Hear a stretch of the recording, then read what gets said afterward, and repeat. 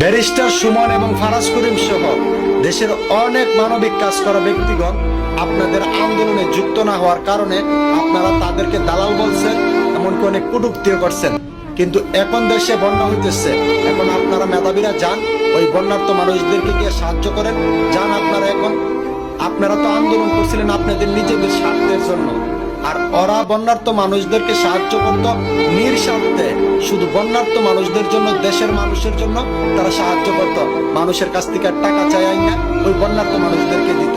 আর তোমরা আন্দোলন করছো মিয়া তোমাদের নিজেদের স্বার্থের জন্য, আর ওই আন্দোলনে না আসার কারণে তাদেরকে তোমরা দালাল বলো। মিয়া দালাল তো তোমরা নিজেরা আসেন, এই দেশের ছাত্রদেরকে ব্যবহার করে তোমরা মিয়া সরকার হয়ে গেছো।